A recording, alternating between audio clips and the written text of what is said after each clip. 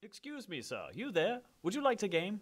Then game we shall. Hey guys, what's going on? It's Mikey Meds, or Mordecai Mike on YouTube. I've been kind of busy, so I finally got some time to sit down and make a video. I've been moving. But in today's video, Alex and I are going to be doing some gameplay and recording of EP Monk and Jade Witch Doctor synergy and compilation. So, as well as talking about the changes that are coming out in 2.1. And we tried to make a prior video, and my mic wasn't recording, so I derped. So we're doing it now. But anyway, so Alex primarily plays EQ Barb and Monk for the most part. He does have other classes like Jade Doctor and whatnot, since I pretty much passed on all my Witch Doctor gear to him. But anyway, we were going to be discussing the changes coming to the EP Monk and how people feel about that. And you're welcome to put your opinions in the box below, the intranet box. So anyway, Alex. By the way, if you guys haven't met Alex before, he's awesome. Hi, Alex. Hey, everybody. He actually started up a YouTube channel as well, and he's going to be doing some videos. So I'll put a link in the description below with his information. He's a great player. He's got a lot of good knowledge, so let's get into it. Alex, how do you feel about the changes coming to the EP Monk as of right now? As of right now, and I'm sure this, there's a lot of people that have differing opinions, but right now I think the changes to the EP Monk is kind of, one is unnecessary, and two is I think it's kind of unfair to the people that have already been investing time into making an exploding palm monk. For example, I probably have over 200 hours of playtime on this character right now, and as soon as that patch goes live, that 200 hours would pretty much have been wasted. Right. I honestly think I'd have to agree, and a nerf, okay, that's, whatever, but if they completely kill the EP, that's going to be really disappointing, considering the amount of time that people put into, because we've talked about this before, which is, EP's not extremely hard to gear out, but you do have those EP monks that have really good gear that would blow a typical or common EP monk out of the water, pretty much, more or less. So I kind of feel the same way. I think it's kind of a messed up deal to take away hard work that people have worked for. And well, I mean, it's not like, with the, if you change something just a little bit, that's fine, and I can see, tweaking something, but right. What it's doing is pretty much completely gonna, if the changes stay the same as what they're saying, it'll right. pretty much completely make every scrap of gear on my character here worthless. Right. And that's kind of the issue with that right now. And here's another interesting thing to point out is they did some changes and adjustments based on how powerful monks were with the Reinhardt and Furnace and things like that. And again, I still stand by what I feel and what I think about EP. EP is strong, don't get me wrong, it's very strong. But by itself, it is not very strong.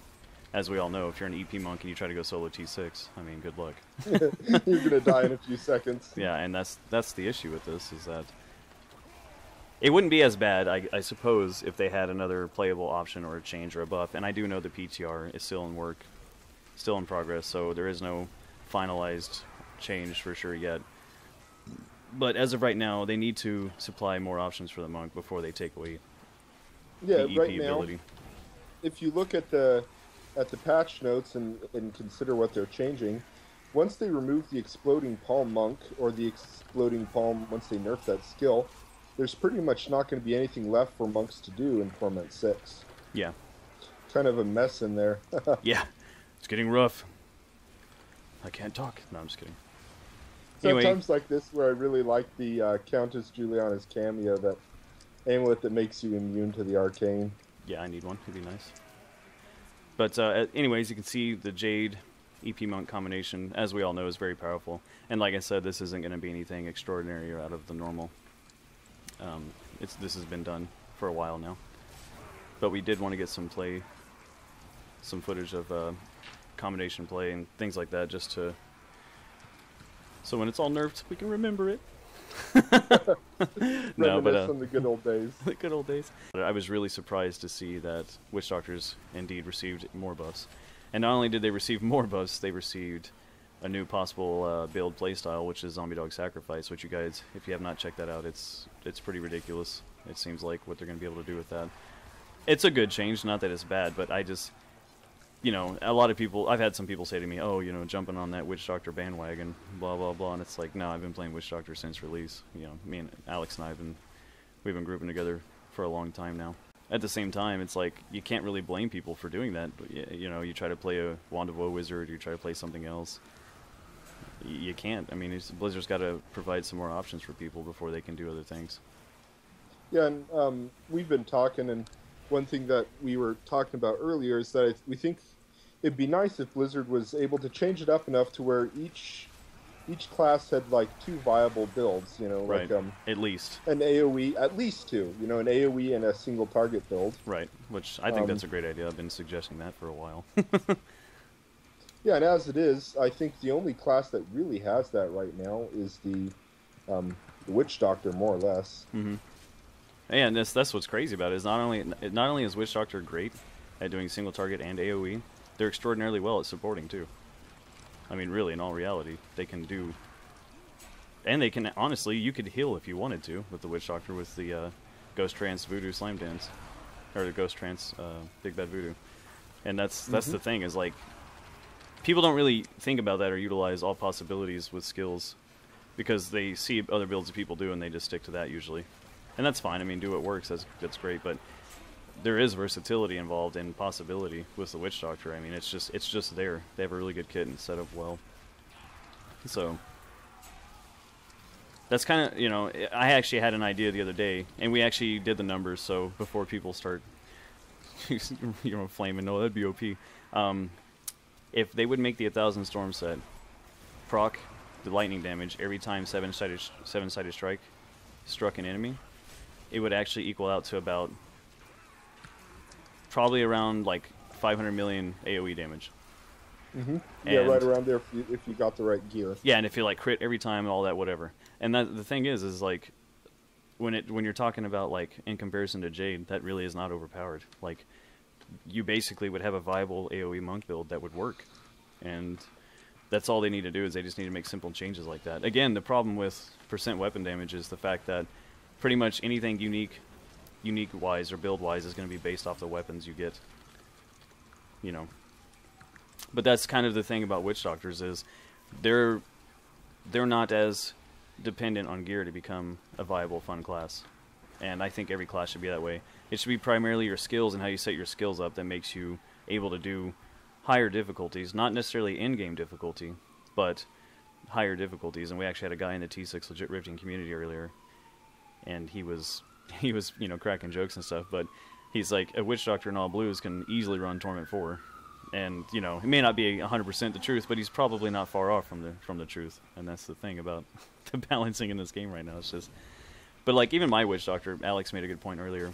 I'm not even running Zunamasa set to use my pets and have a really good, strong, viable build. Yeah, you don't need the with the Witch Doctor, you don't need the class-specific sets to make a very strong, viable Witch Doctor. Yeah. And I feel Whereas like with other classes, pretty much in order to have any hope of getting into the higher torments, you need their sets. Yeah, they're really gear dependent usually.